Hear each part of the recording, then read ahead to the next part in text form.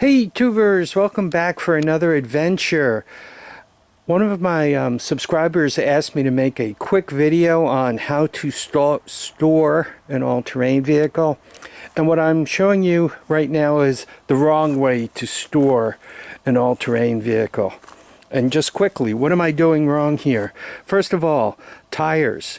Tires have weight on them. They're on the ground.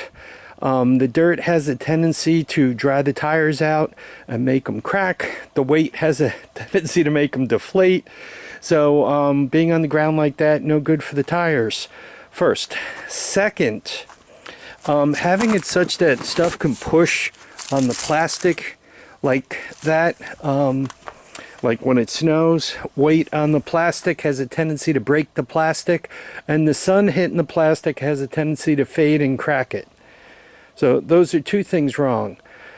If there's gas in any of these, and there is not, from being outside, getting hot and cold, temperatures going up and down, gasoline has a tendency to separate out. It has a tendency to absorb moisture, even if you've closed the tank off and all that kind of stuff. The carburetor, remember, the carburetor has an air cleaner.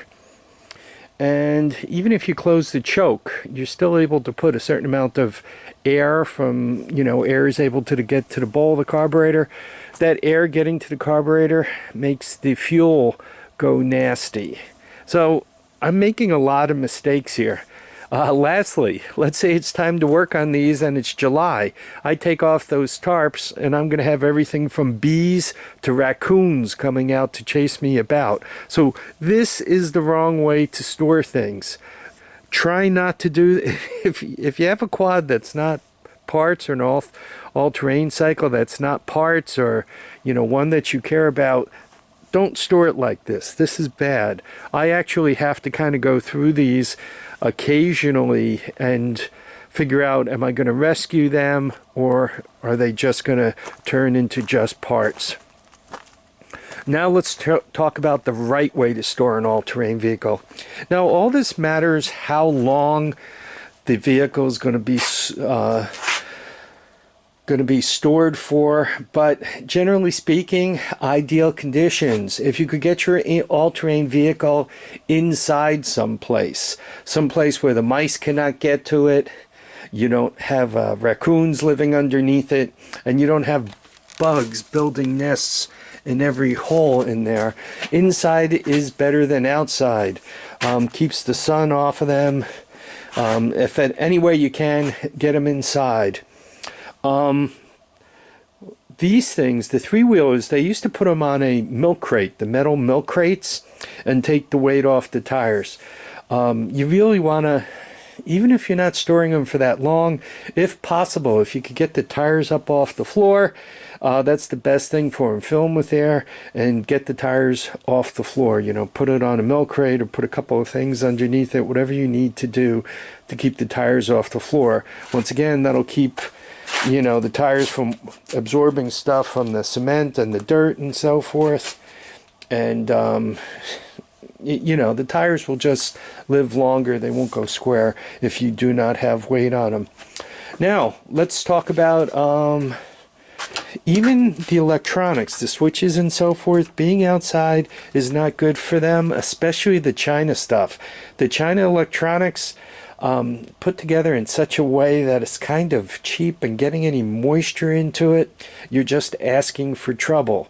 So keep your stuff inside. It's better for the electronics, and for the China stuff, it's really more or less mandatory. What the China stuff likes to die of is water getting into the switches and so forth, or even into the connections down below, and then they lose spark and they won't start. We've looked at enough China electronics on this channel to realize it's just not a good idea. About gasoline, ideal situation is to run it completely out of gas, not a drop of gas in it. That's ideal. And I say that for a couple of reasons. If it doesn't have gas in it, the gas cannot leak out and get into trouble by going into the ground, going into your basement and stinking up the place, perhaps getting ignited by your oil furnace or your propane water heater or whatever you have down there, or any kind of spark. So ideal is all the gas gone. To go further, to preserve your gas tank, if it's going to be a long time, if you have a metal tank, if you could take the tank off, rinse it out with diesel fuel, put it back on, spray a little WD-40 into it, into it to kind of mist it in there to kind of displace the moisture and keep the tank dry and wet, or keep the tank protected. Let's go with that. That I would recommend. If you can't take the tank off, get all the gas out of there, start the engine, run it on choke, make sure you get as much gas out of the carburetor and the rest of it as possible, and then once again WD-40 in the top of the tank, take the air cleaner off, spray some WD-40 into the carburetor. That'll keep the slides loose, some of the linkage loose. As you're putting it away, depends how much time you have, how much you're going to put in. WD-40 on the ends of the cables, right? Even around the hydraulic brakes, into the cables. WD-40 where the shock slide, where the bearing surfaces are, the pivots, the chain, all that stuff, all that helps. Plastic preservative, there's a million different kinds. Never hurts to, hit it with plastic preservative and so forth. If you're putting it in a place where nobody's going to put 2x4s on it or anything, I recommend just throw a sheet over it, a few mothballs around the motor underneath, and when you're ready to use the bike again, it should just be a matter of getting gas into it. Always a good idea to change the oil before they go into storage, and it's not a bad idea to pressure wash them, get them nice and clean before you hit them with the WD-40. Once again, I mentioned the fresh oil change. If you put them up with a fresh oil change and all that, then it should just be a matter of getting gas into them and you should be good. I'm a believer in if you're going to go for a longer term storage, or really never hurts to take the battery out. Batteries, when they're sitting there, could have a tendency to emit some corrosive chlorine type gases.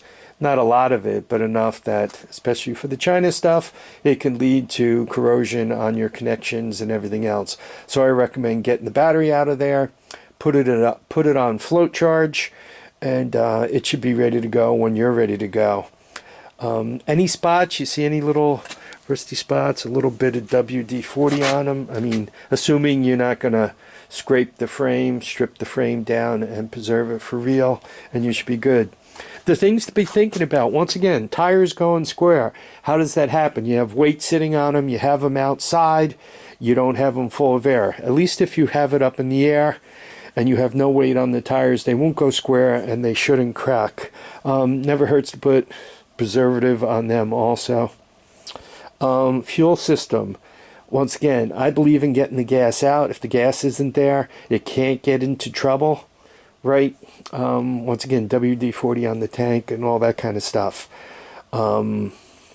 If they're inside, you don't have to worry as much about the switches corroding and that kind of stuff. Preservative on the plastic, you already washed it, you already know the battery's up for storage, you already ran the gas out of it, ran it out of the carb, ran it, all that. When you're ready to fire it up, it should be ready to go. I do use fuel preservative in mine. I happen to like the stuff you use for the marine application. It seems to be better about the moisture. So do use fuel preservatives. I also recommend, I do use seafoam. Normally what I do is, when I'm just starting one of these after I clean out the gas tank and all that, I normally put in a 1/4 ounce of preservative, a 1/4 ounce of of seafoam, and I keep one of these cans empty, and I just fill the rest of the way up with gas. And there's enough seafoam and preservative in there that even if I run it for a little while, then top it off, it's still kind of preservative. I mean, not fill the tank, but if I just put a little fuel in there, there's enough preservative to kind of keep things protected for a while. I think that's about it. I mean, there's silly little things like, should you store them with the key in them or not? I recommend leaving the key in it, because wherever you put the key, otherwise you're probably going to lose it. If you put the key, keep your key on your generalized keychain, then the problem you run into is if you lose your keychain, now you've also lost your quad key. So it's really best to just leave the key in there. Titles and stuff like that, it is about impossible to get a title for one of these old timers, 35 years old. Officially, most people never recorded them with the state, or never did anything official when it came to the transfer. So even if you get it from the original owner, chances are they had the paperwork, they never did anything with it, so they can contact the state, and the state isn't going to help them because the state doesn't know they own the vehicle. They don't know the vehicle exists because it was never registered. Nobody ever did anything back 35, 40 years ago. Nowadays, I think the dealerships, especially in New York, are much better about registering stuff and putting paperwork online. So if you can find the original owner, you could get back to, you can get a document from the state, they can get a lost title, so to speak, and they can sign it over to you that way. About the paperwork nowadays, I do recommend keeping it, because it just makes the vehicle more valuable, easier to transfer, easier to sell, easier to prove ownership. You know, it's just much easier if you have the original paperwork. Wherever you're going to keep it, and I recommend keeping more than just the original title there. You should keep much more. You should keep all your documents together so you know where you keep all your documents. It's not like, oh, I think in that shoebox is the title, and in that shoebox is the deed to the house, and in that shoebox is my, you know, passport, birth certificate, or high school diploma, right? You know, try to keep all that stuff together. Well, that's all I have. If there are any questions, please get back to me. If anybody wants to add to this video, just tack it on the bottom. I want to thank everybody for dropping by to watch and comment and subscribe. Please remember, feet down, heads up, and get out there and enjoy each and every day. You don't know how many you're going to get, so make sure you have fun. Bye now.